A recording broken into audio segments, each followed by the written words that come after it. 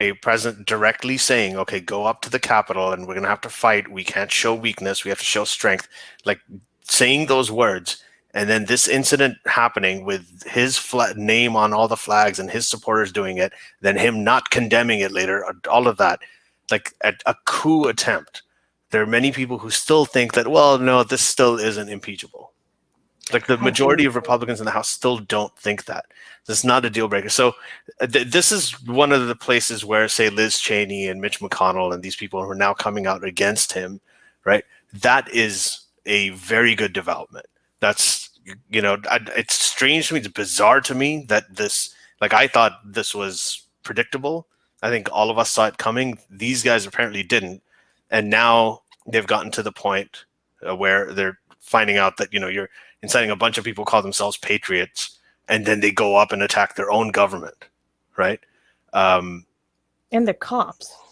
Yeah, and the cops, like they were going like fuck the blue, and there's videos of this, like pulling down these cops and beating the crap out of them. This is so it was never really about the Blue Lives Matter thing. It really wasn't. Every time they talked about it, it wasn't really about that. It's just, it was the same thing as all the other stuff. It's just, burn the system. We got to burn everything down, right? And so I think the fact that this has opened up the eyes of people, I also think that this is going to lead to more, it's sort of, the polarization of the parties. Mm-hmm. I think that's going to be mended as well. Like this is the time when the Biden administration and the Democrats who actually got elected, they are not really associated. They condemn Antifa. They're not really fans of it. Biden is not an Antifa fan. Like these are not people who associate with the far left as much as mainstream conservatives have been associating with these lunatics, right? But now I think there is a moderating force that's going to bring the sort of the sane conservatives and liberals to some kind of common ground and common interest. So really, I think that those are some of the positives of this. It's been really interesting to watch. So I've been watching a lot of different commentary on this, like from a lot of different right-wing people, and it's really interesting to see there's a stark difference between what now seems like just an old school conservative, which itself is like its own thing, but now just like a regular conservative seems like so old school. Mm-hmm. In comparison to like the real Trumper Republican, but they're not even Republicans anymore. They openly say that they're not Republicans anymore. Mm-hmm. The Trumper cultists, there's such a stark difference in the responses to this.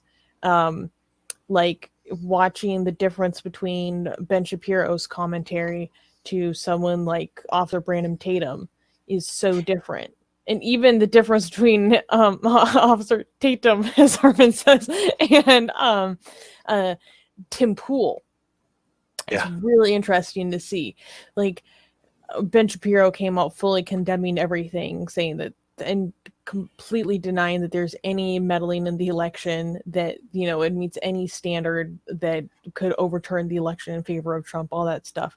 But then he closes his episode by talking about how the left is now going to use this in perpetuity to demonize all conservatives and basically use collective guilt and punishment against all conservatives. And then Officer Tatum, who's the co-founder of the Blexit movement, for those who don't know, he's talking about how the conservatives, the what now seems old school conservatives, their reaction to this sicken him more than the liberals, because they're supposed to stand up. He's openly saying that anyone who condemns what happened at the Capitol is a coward. Right. And that he's no longer giving any money to any Republicans because now he wants to form a different party called like the Patriot Party. And it's very fascinating to see, if you pay attention to these Trumpers, they have so many points. I call it being dangerously close to a moment of realization. because the way that they're talking, they're like, we've been giving money to these people for all these years. The senators, they've been saying this for months to us. They've been getting us riled up for months. And then at the last moment, you're going to back down. You didn't release the Kraken. Now you're going to like turn tail, become coward and condemn this after we went to war for you. Like, and you see they come so dangerously close to this moment of realization about how they've been had, but then they get so close, but then it's like too cognitively painful, and then they back up, and there's something that explains it, right? Like the cognitive dissonance. Actually, if you study cognitive dissonance, when the things that you're planning for prophesized don't come true, oftentimes people don't reject their prophecy that they wanted. They actually double down. Mm-hmm. It's so fascinating to watch that. Armin? Yeah, so I do want to mention that it's so much easier to identify right now how much crazy do we have on the right compared to the left, because with the left, we have the Wokistani Mujahideen, which I think they're a fringe minority who are doing a lot of damage, much more than their percentages should allow. But this is us just guessing. We don't have a way to tell how much of the left they represent.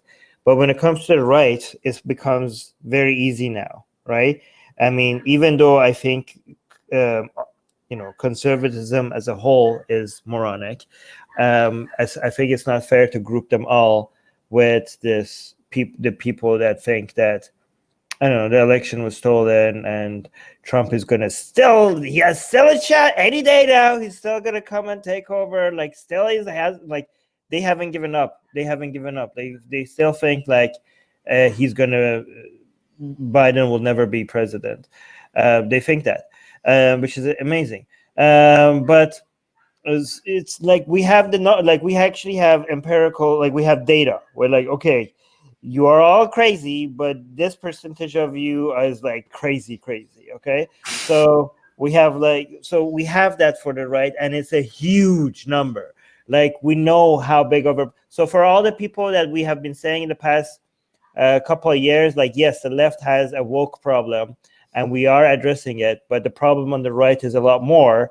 And some people are like, I don't know, maybe no, it's the same. They both have their crazies. Now we have data to show, like, no, the problem on the right is a lot more crazy. Okay.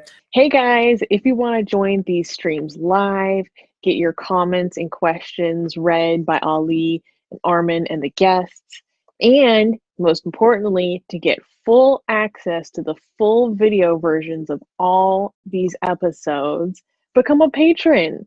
Link in the description below.